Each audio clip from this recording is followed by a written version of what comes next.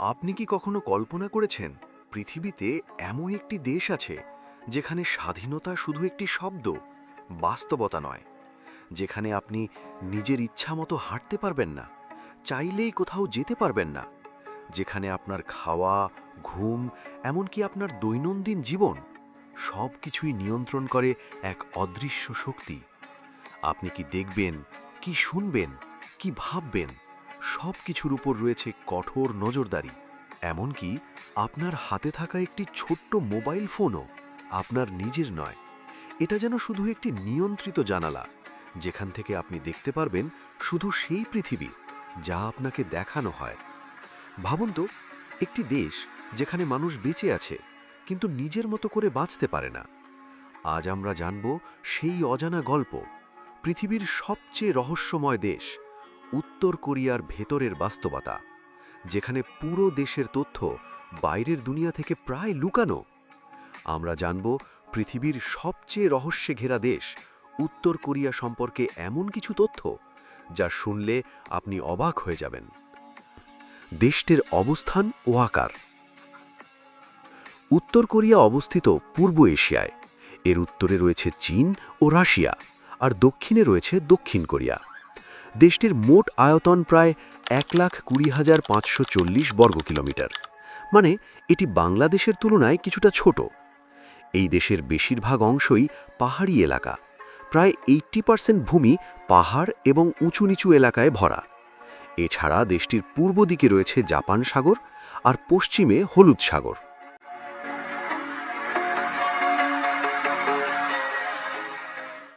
জনসংখ্যা ও জীবনযাত্রা। উত্তর কোরিয়ার মোট জনসংখ্যা প্রায় 2.5 থেকে 2.6 কোটি। কিন্তু এখানকার জীবন আমাদের মতো নয়। মানুষদের জীবনের অনেক কিছুই নিয়ন্ত্রণ করে সরকার।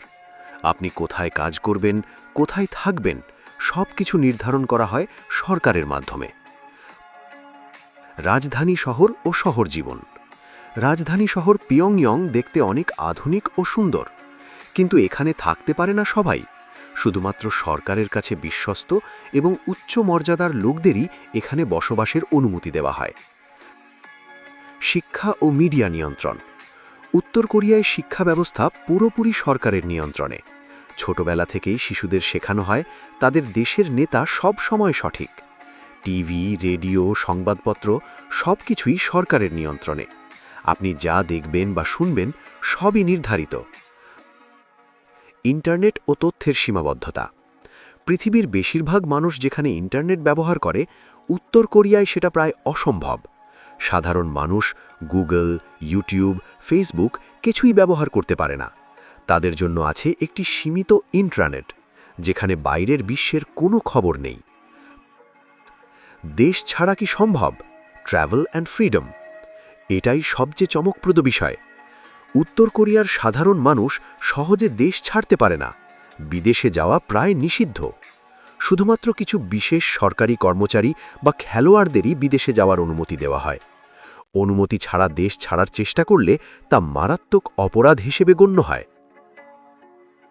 অর্থনীতি ও জীবনযাপন। উত্তর কোরিয়ার অর্থনীতি অনেকটাই বন্ধ। দেশটি বাইরের বিশ্বের সাথে খুব কম ব্যবসা করে।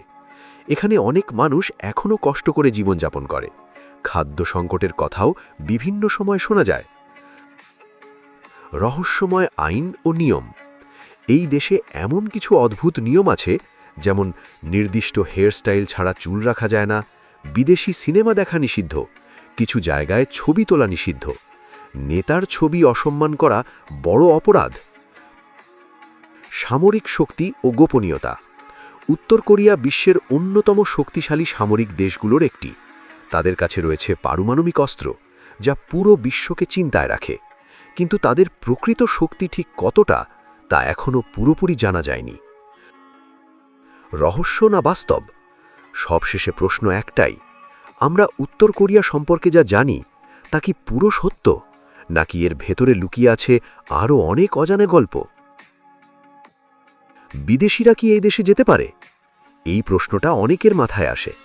হ্যাঁ, বিদেশিরা উত্তর কোরিয়ায় যেতে পারে, কিন্তু সেটা খুব সহজ নয়।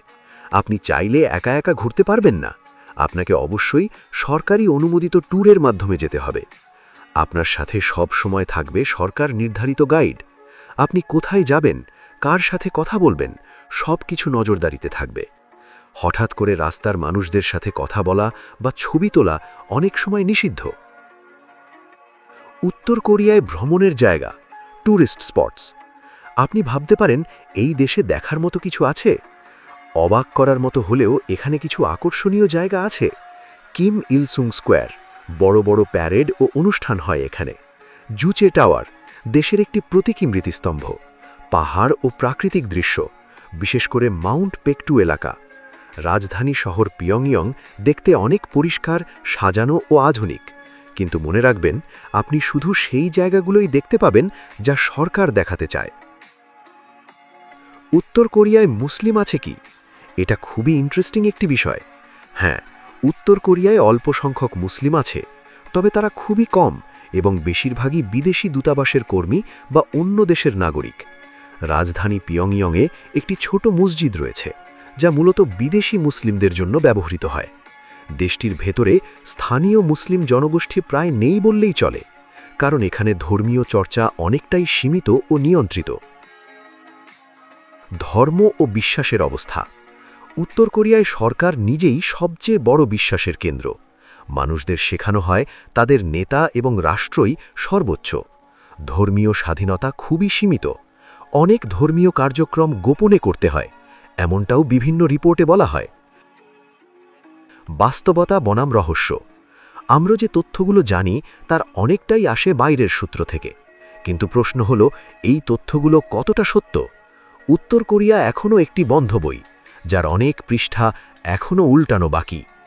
উত্তর কোরিয়া একটি দেশ যেখানে বাস্তবতা আর রহস্য একসাথে মিশে গেছে, যেখানে প্রতিটি নিয়মের পেছনে এক অজানা গল্প। আপনি কি কখনো এই রহস্যময় দেশটি নিজের চোখে দেখতে চান, নাকি রহস্যই থাকুক রহস্যের মতো?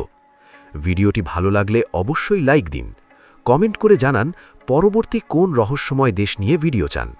আর এমন অজানা তথ্য পেতে চ্যানেলটি সাবস্ক্রাইব করতে ভুলবেন না।